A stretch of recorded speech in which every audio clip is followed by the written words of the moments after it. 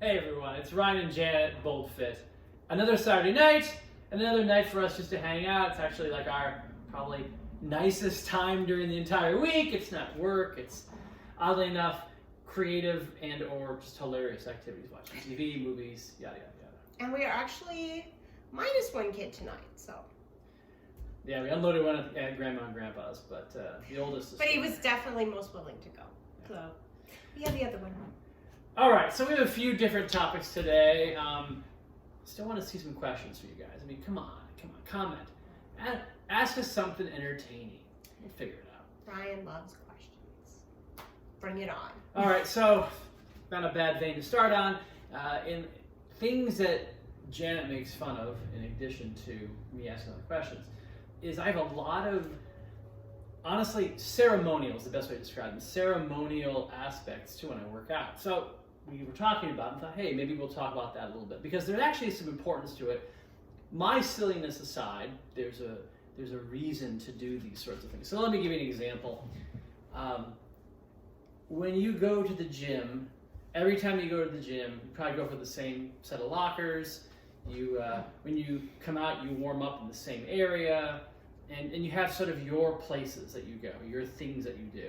So these are all... Assuming you're a gym rat. Assuming you're a gym rat. I mean, honestly, right now in COVID era, we're basement rats and living room rats. Yeah, more home. Studio, apartment rats. I mean, that's the reality. Yeah.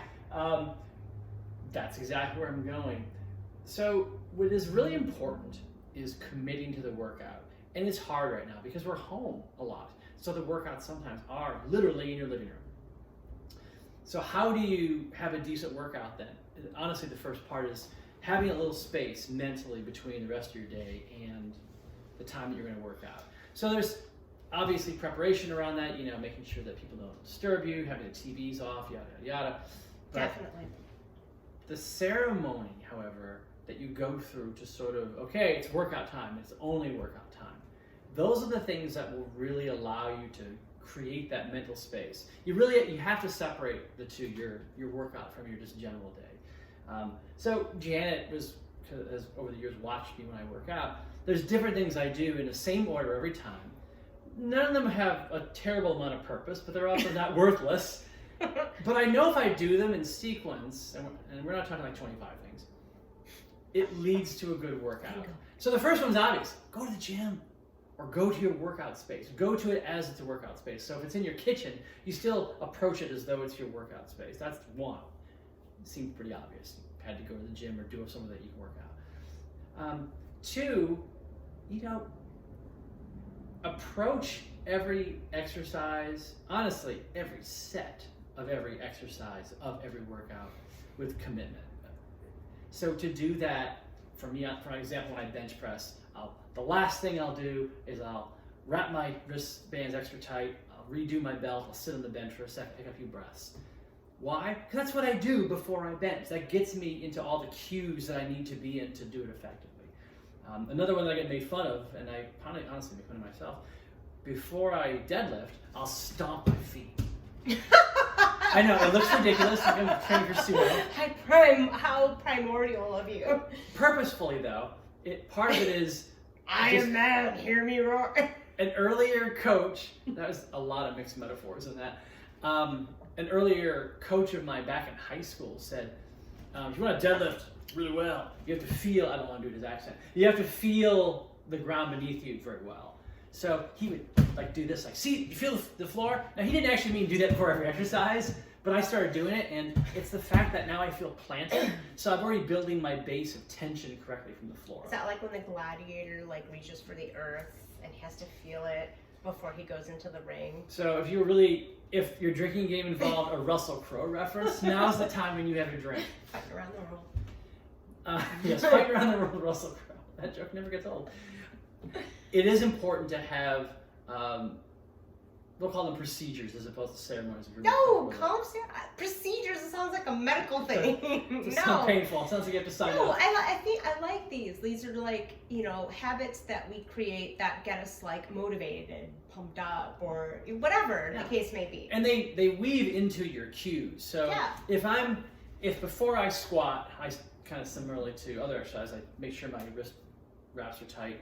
I redo my belt. But for the squat, you know, all the cues of pushing into the bar and feeling it, getting set, putting my arms in the right position, then walking it out correctly, and then all the way through the execution, all of it has numerous cues going on, and they become part of the ceremony, because I'm doing things like making sure my wrist wraps are tight, because it helps really with my hard hold on a low bar squat. I redo my belt to make sure I don't have it too tight or too loose. Both suck, quite frankly. I don't like being pinched. Or just having it just fall down like a spare tire. Okay.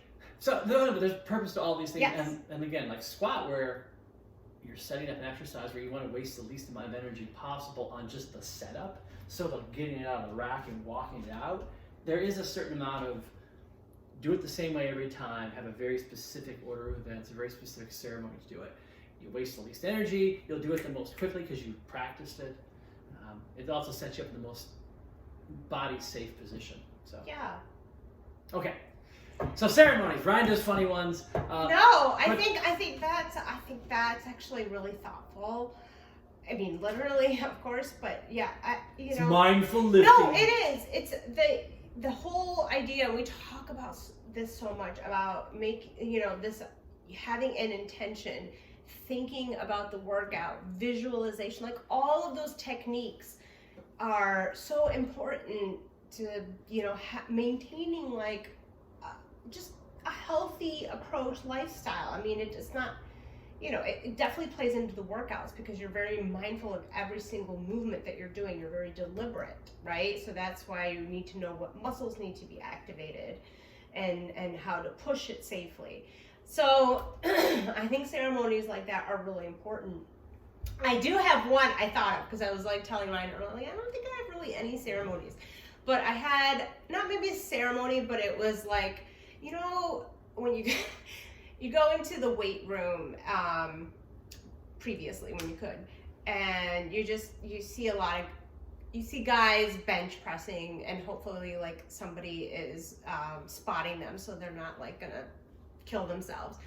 So on occasion you might see the spotter like telling the guy who's pressing, go, come on, you got 3 more, dig deep, like, and I think, when Ryan was teaching me how to lift, which I'm so thankful for that he did, because he really taught me proper form and what it meant. But there was a time where at the beginning he'd say, not like that obnoxiously, but he would say things like that, and then I get really mad, and I basically, we had to come to an agreement that I don't want you to cheerlead me through this. I want you to be silent. I want you to be serious. I want you to let me think it through myself. And if I need help, you'll know, because I will indicate it. And it worked beautifully. To her credit, she's a great spotter and what's the opposite? Spot-e, the person who gets spotted. No, seriously, you knew all the rules to it. It's funny, spotting has got interesting rules to it. As part of your ceremony, you didn't want me to like, dig. Well, yeah. And to be honest, I kind of get that. I do kind of get that, even though I do all the gym bros that I hung out with. But you were a great spotter and also very thoughtful about what should be happening during the lift. Tell you, working out with her back in the day, pretty impressive. Aww. She's more impressive now in different ways. But man, oh man, chest day at Gold's Gym in Tyson's Corner, Virginia was the greatest day. Mm. I don't know why, it just was. It was a pretty good workout. It was a good gym. Yeah. Quick shout out to our business partner, Brian Young at Be Young Be Fit. One conversation, and I find it oddly complimentary towards me, is I like the weights to jingle. I don't like the weights. So I like it like jingle, jingle, jingle the whole time. So you throw the plates on and they just make a ton of noise. And I kept saying this to one of my clients, and Brian says, "You're such a gym bro." And it's true. It's true. I am. I love the loud weights. The weights in our house, I have 400 pounds of just pure iron. Just boom. Yeah, I actually thought there was like an earthquake happening when you were down there this evening. Whatever you were doing. It was a deload deadlift day, so not a heavy day. Whatever. So No, seriously, I really appreciate that conversation. But we were also just, talking about how, well, we're in December. It's in a typical year at this point in time, like people are in the midst of all their holiday hullabaloo, right? And it's like where you're like, your brain goes on like complete like vacation, maybe gluttony, maybe I don't even know what, indulgence from like, at least in the US, from Thanksgiving to through New Year's. And then it's so anticlimactic, right? And then you're like, oh, you see all these like commercials about take this diet program, lose this many inches, and Janet's PR firm sucks. Yeah. You didn't start anything very well. Needless to say, this is the time where the whole New Year's resolution, mentality takes over in the fitness world and the diet world, right? Because they seem to coincide in this. Actually, also learned that it influences women's athletic, and I'm sure probably even men's too. That they actually see an uptick in sales at the same time because people don't want to just go back to the gym and like scrubs anymore, or at least, yeah. So they see. What are you talking about? Like people who are coming back to the gym, they would the clothes, people who are making clothes like activewear see an uptick in their sales. Oh, well, gym equipment's been nuts the last. Not equipment, I'm talking about now. apparel, attire. I think it follows the same issue though. So,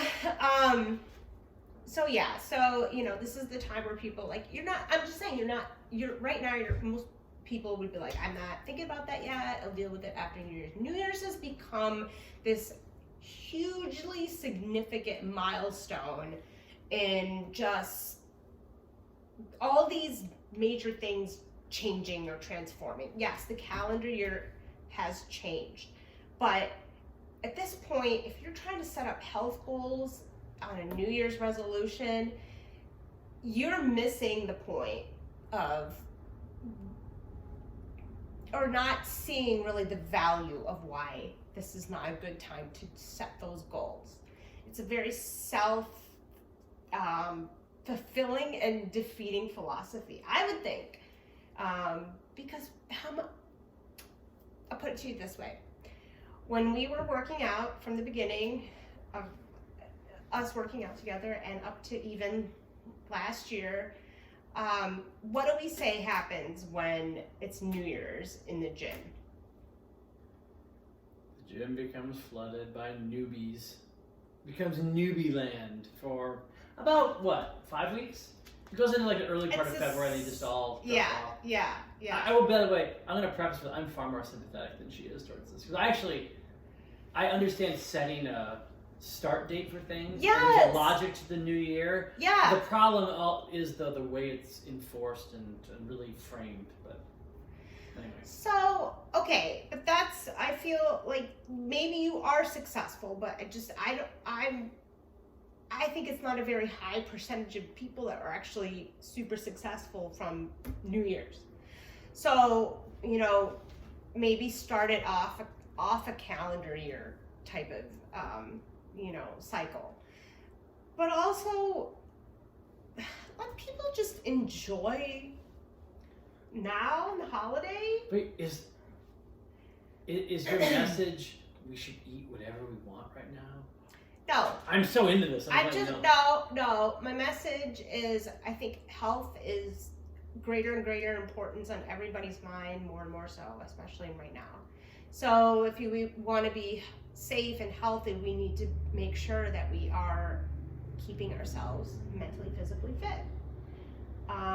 And there are periods of time where you just not this year has been so hard, right?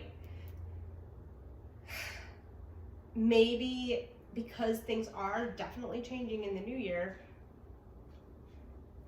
maybe this is the time to just start to come to terms with, okay, this year was kind of shitty and it came, and now we're at the end of it. So maybe let it be in the moment. And when you come back after January 1st, just ease into it. There's no medal for coming in and just wrecking yourself. That's my message. How are you going to follow this up with Instagram aesthetics? I feel like that's a separate conversation. It seems like a long haul. Okay. All right. I guess the main things are... this takes precedent for me because I want people to feel, you know, movement is important, but, you know, your ceremonies, as you were saying, this is a very ceremonial time of the year, right? Like being with people, or at least somehow connecting, it's important. You know, if you really want to keep investing in Hear from yourself. Janet. Honestly, I'm not being facetious. I like it. I mean, basically, it's okay if this is sort of a lost period. Right now, just enjoy your families, enjoy what's going on. Yeah. New Year's coming. Whatever it entails is coming. Oh, please, whatever. 2020 has been wild. Like, even in hindsight, thinking back, wait, when's the last time we went out? I know. And how many times I've been in the office, my office, Yeah. since March 13th. I mean, yeah, teaching, like, with a lot of people in the room, I can't right now even fathom that, even though I miss having that experience. Oh, Saturday morning spin classes. Oh, it was my favorite class to teach on earth. What? 30 super motivated people every week. I know. Making fun of the music, but also doing music trivia. Talking about the workout. It's community, right? Anyway, take care of yourselves out there. As always, you know the rules. You want to see some more weepy videos from us, feel free to subscribe to our YouTube channel and go ahead and hit the like on there. And as always, take care from Ryan and Jen and BoldFit. Peace.